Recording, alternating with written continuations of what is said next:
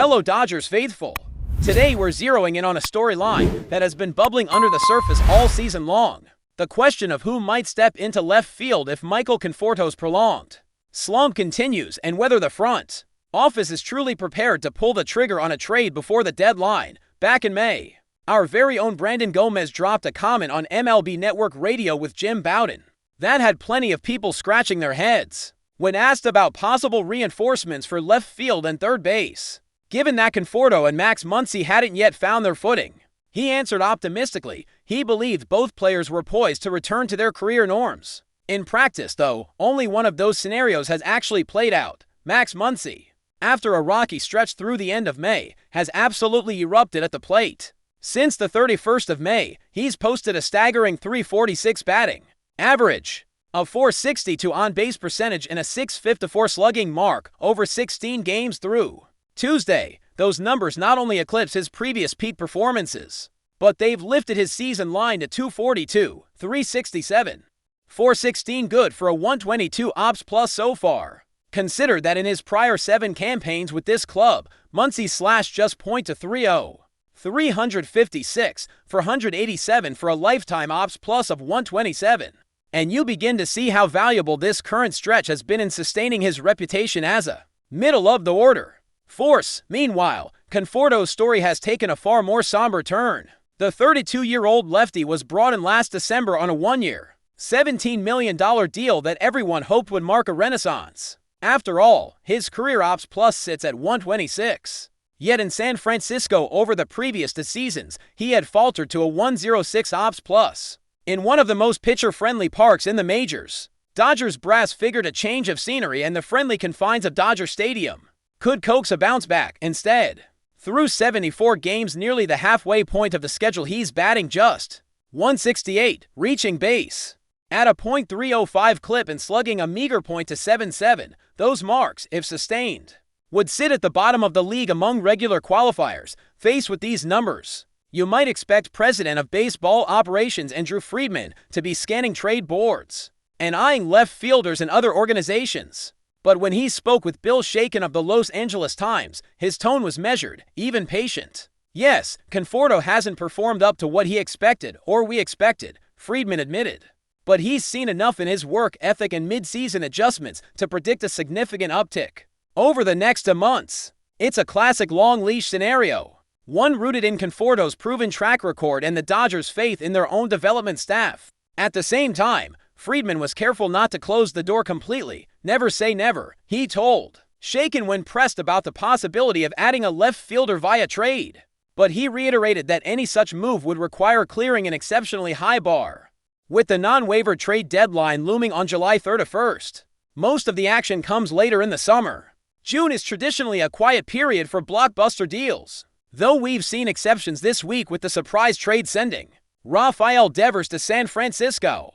That deal serves as a reminder that bold maneuvers can and do happen, yet it also underscores how rare they are outside of that late July window. In the dugout, Dave Roberts has echoed a similar sentiment to what we've heard from Friedman.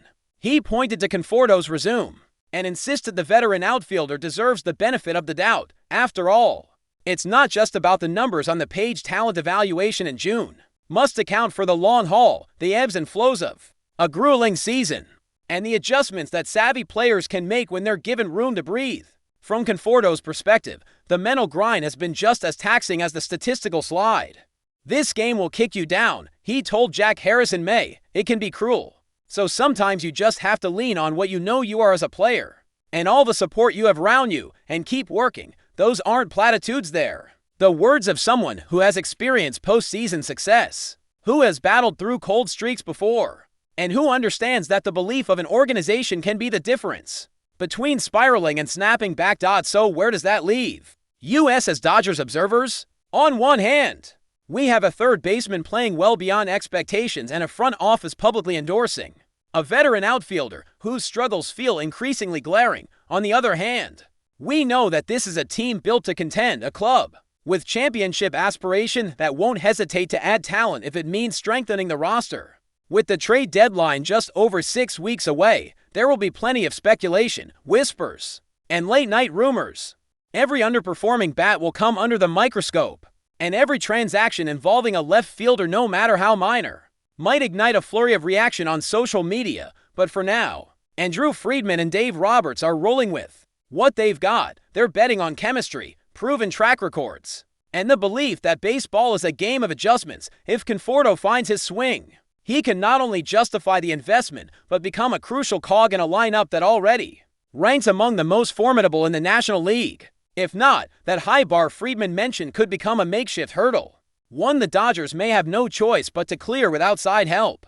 The narrative is still unfolding, and as the calendar flips toward July, every at-bat, every rain-delayed doubleheader, every injury scare will feed into the larger question: is left field the next place Los Angeles seeks reinforcements?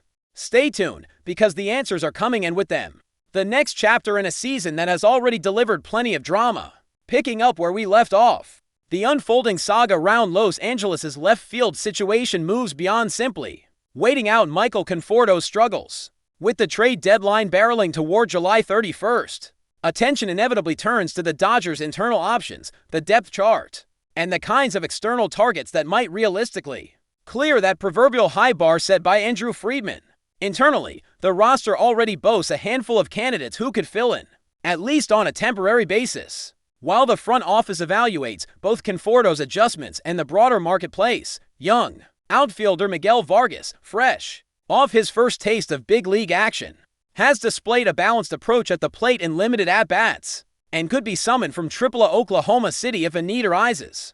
His compact swing and defensive versatility make him an intriguing fallback, though questions linger about whether he's more of a long-term project than a stopgap answer. In a similar vein, Alex Dickerson, veteran of winding stints with San Francisco and Miami, remains on the active roster. While he's seen more time at first base, Dickerson has taken reps in left field throughout camp, offering a contact-oriented profile that stands in sharp contrast to Conforto's power-oriented frame. If nothing else, Dickerson represents a floor-level alternative, someone unlikely to spark a seismic boost to the lineup, but, at the very least, capable of keeping an outfield spot warm while the Dodgers explore other possibilities. Yet relying solely on in-house depth carries obvious risks. The margin for error in a pennant race is razor thin, and even a brief downturn during a key stretch can have outsized ripple effects. That's where the prospect of dipping into other teams' outfield cupboards begins to look more appealing. Of the names that have circulated in off-season chatter, a handful stand out as realistic fits for Los Angeles' criteria players with a track record of performance, the right-hand dominant bat to complement the existing left-side heavy lineup, and contract situations that could be navigated without sacrificing the long-term core. One such name is Michael Harris from Atlanta. Though primarily a center fielder, Harris has experience roaming all three spots and brings both speed on the bases and an improving power stroke. The cost to acquire him mid-season, however, would likely require surrendering a significant prospect haul, something the Dodgers have historically been willing to do only in the most compelling circumstances. Equally intriguing, though somewhat less heralded, is Michael A. Taylor of the Kansas City Royals. Taylor's season has been solid, hovering around league average with flashes of game-changing defense and sporadic power. His contract has a club option for next year, which could give Los Angeles flexibility in deciding whether he's part of a postseason push or merely an insurance policy against injury. But before we move forward, don't forget to join our channel and give this video a like.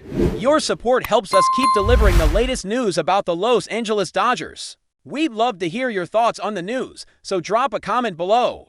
Mookie Betts, the Los Angeles Dodgers superstar, is reportedly unhappy with the prospect of playing alongside Michael Conforto, sparking whispers throughout the league. Sources close to the team indicate Betts has privately expressed a strong disinclination to share the outfield with Conforto should the Dodgers pursue the former Mets slugger. This unexpected development throws a wrench into any potential plans the Dodgers might have had for Conforto, who remains a free agent. While the specifics of Betts' concerns haven't been fully detailed, the mere rumor of his disapproval is enough to send ripples through the Dodgers front office. Conforto, a talented hitter with a history of injuries, was seen by some as a viable option to bolster the Dodgers' offense, particularly with their recent struggles. However, if Betts' alleged stance holds true, it could effectively shut down any such acquisition.